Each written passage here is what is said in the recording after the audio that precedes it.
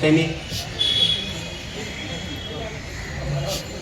महाराजांना विनंती करतो की संत साहित्याच्या माध्यमातून संविधान, संत साहित्याच्या दृष्टिकोनातून संविधान आणि संत साहित्याद्वारे संविधान कसं असतं हे त्यांनी विशद करावं. हरिभक्तीपरायण सुंदर महाराज.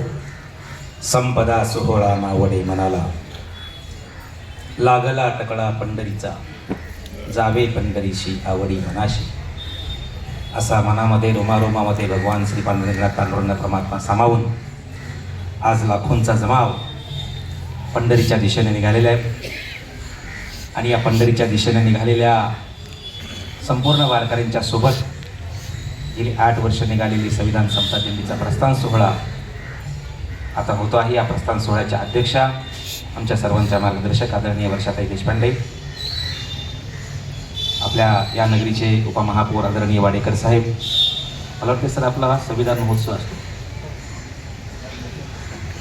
आम्ही संविधान समता दिंडी काढत असताना साहेबांनी सुद्धा हा संविधानाचा जागर करत असताना या पुण्यनगरीमध्ये संविधानाचा महोत्सव घेतात. आणि त्या संविधान महोत्सवामध्ये मलाही एकदा माझी मतं मांडण्याची संधी मिळालेली होती. आणि म्हणून संविधानाविषयी प्रेम असल्यामुळं आज साहेब या ठिकाणी आपल्या ठिकाणी आलेले आहेत. आणि नुसते आलेले नाहीत तर आपल्या या सगळी इथली व्यवस्था त्यांनी संपूर्ण आपल्याला करून दिलेली आहे. आणि म्हणून मी साहेबांचे या ठिकाणी संपूर्ण आमच्या समितीच्या वतीने त्यांचे आभार व्यक्त करतो. जितक्या प्रेमानं, जितक्या आवडीनं, जितक्या जिव्हाळ्यानं आम्ही पंढरपूरला जातो तितक्या जिव्हाळ्यानं दरवर्षी आमचे अनवर राजन सर या वारीला या ठिकाणी येत असतात. महाराष्ट्रातल्या वारकरी परंपरेचा अत्यंत बुलंद आवाज. आणि पुन्हा पुन्हा दुपारच्या एका कार्यक्रमामध्ये पण मी होतो, तिथेही प्रत्येकजण होता खरा वारकरी संप्रदायाचा विचार, खरा वारकरी संप्रदायाचा विचार.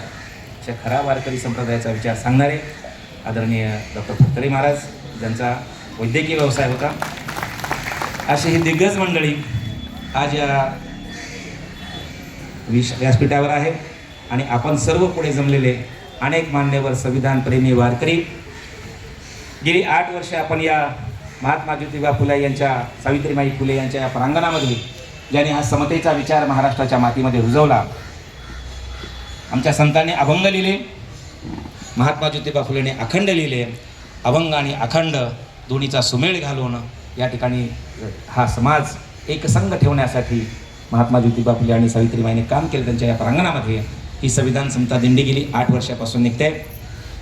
त्यापूर्वी 4 वर्ष या ठिकाणी आपण एक दिवस तरी वारी अनुभवावी या उपक्रमाच्या माध्यमातून समाजातल्या सर्व समाज घटकांना एक दिवस तरी या वारीचा अनुभव घेता यावा. आणि म्हणून आपण एक दिवस तरी वारी अनुभवावी हा उपक्रम सुरू केलेला आहे. समाजामधल्या वेगवेगळ्या क्षेत्रामध्ये वावरणारे अगदी सिने कलाकारापासून ते पत्रकारितेपर्यंत आणि साहित्यिकापासून ते सर्वसामान्य शेतकरी कष्टकऱ्यांपर्यंत सर्वांना एक दिवस तरी या वारीचा अनुभव घेता यावा म्हणून तो उपक्रम सुरू केलेला. यावर्षी लोणी काळभोर ते सुरतापवाडी सोरतापवाडी या टप्प्यामध्ये आपल्याला तो सगळा अनुभवता येणार आहे. आणि संत विचार याच्यामधली परस्पर पूरकता काय आहे ते महाराजांनी विशद करावी. आणि ते जर सांगायचं असेल तर फक्त 2.25 तास लागतात. आणि आपल्याला इथली वेळ ही 6 वाजता संपवायची आहे. आणि म्हणून आपल्या सर्वांना माहिती की समता, स्वातंत्र्य, बंधुत्व हा जो संताचा हा जो संविधानाचा सांगावा आहे, या सांगाव्याचा जागर 700 वर्ष महाराष्ट्राच्या या मातीमध्ये संतांनी केलेला आहे. आणि म्हणून हे सगळं सांगत असताना समतेबद्दल संतांनी काय सांगितलं तर सगळं काही सांगता येणार नाही. प्रियांबलमधली 4 मूल्य आणि त्याच्या असणारा संत विचाराशी असणारी जोड एवढी सांगून मी थांबणार आहे. तुम्ही म्हणाल नाही महाराज आम्हाला सगळं समजून घ्यायचं आहे, सगळं समजून घ्यायचं आहे, तुमच्या 2.25 तास लागले तरी चालतील, तुम्हाला चालेल पण या वाड्याला चालणार नाही. आणि म्हणून तुमची सोय आजच SM जोशी फाउंडेशन याचे अध्यक्ष आदरणीय सुभाष वारे सर हा सगळा 2.25 तासाचा सांगावा तुम्हाला कळावा म्हणून हे भेदाभेद भ्रम अमंगळ नावाचं संपूर्ण संविधानाचं कीर्तन. सगळेजण म्हणतात महाराज संविधान कीर्तनाला तुम्ही आलं पाहिजे, संविधान कीर्तनाला तुम्ही आलं पाहिजे. किती ठिकाणी मी एकटा पोहोचणार आहे? मी एकटा सर्व ठिकाणी पोहोचणार नाही. आणि पुन्हा मी अमर नाही आहे, कधी ना कधी मला जावं लागणार आहे.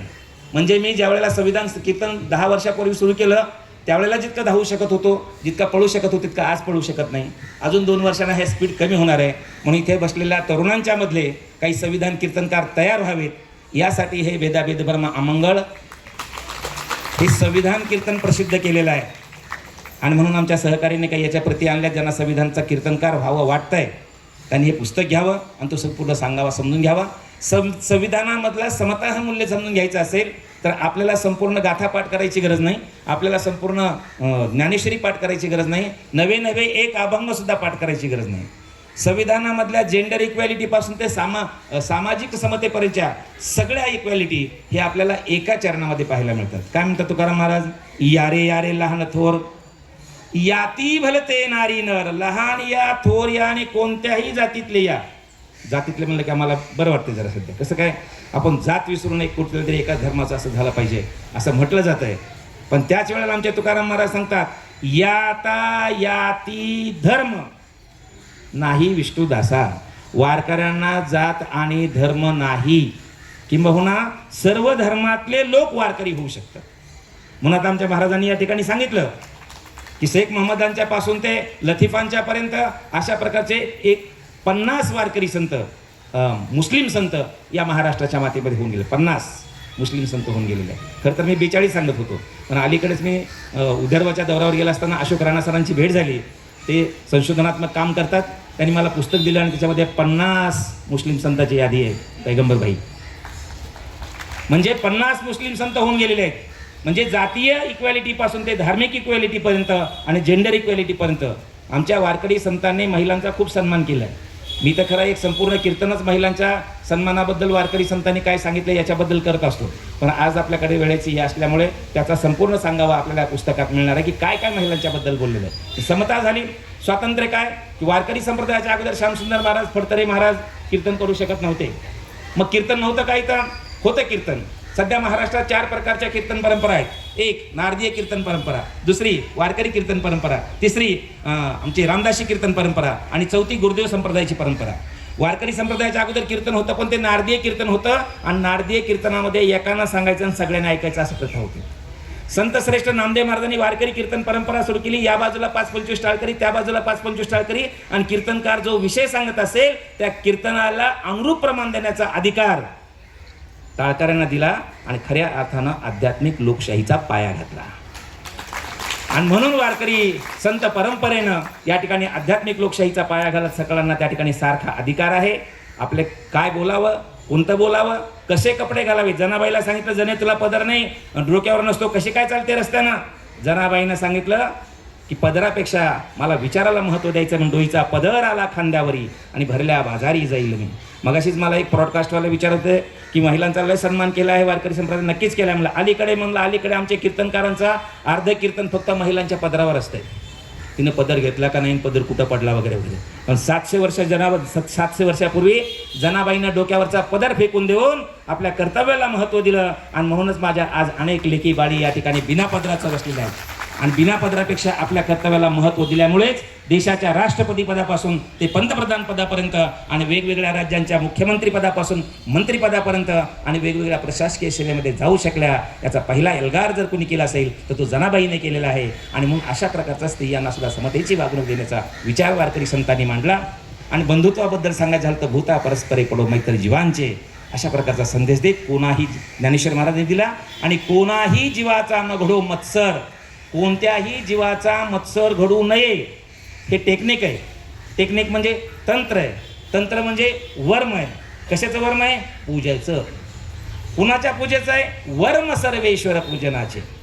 इथे विठ्ठलाच्या नाही म्हटलं, इथे महादेवाच्या नाही म्हटलं, इथे येशूच्या नाही म्हटलं, इथे अल्लाच्या नाही म्हटलं, इथे बुद्धाच्या नाही म्हटलं. कुणाचे? सर्वेश्वर.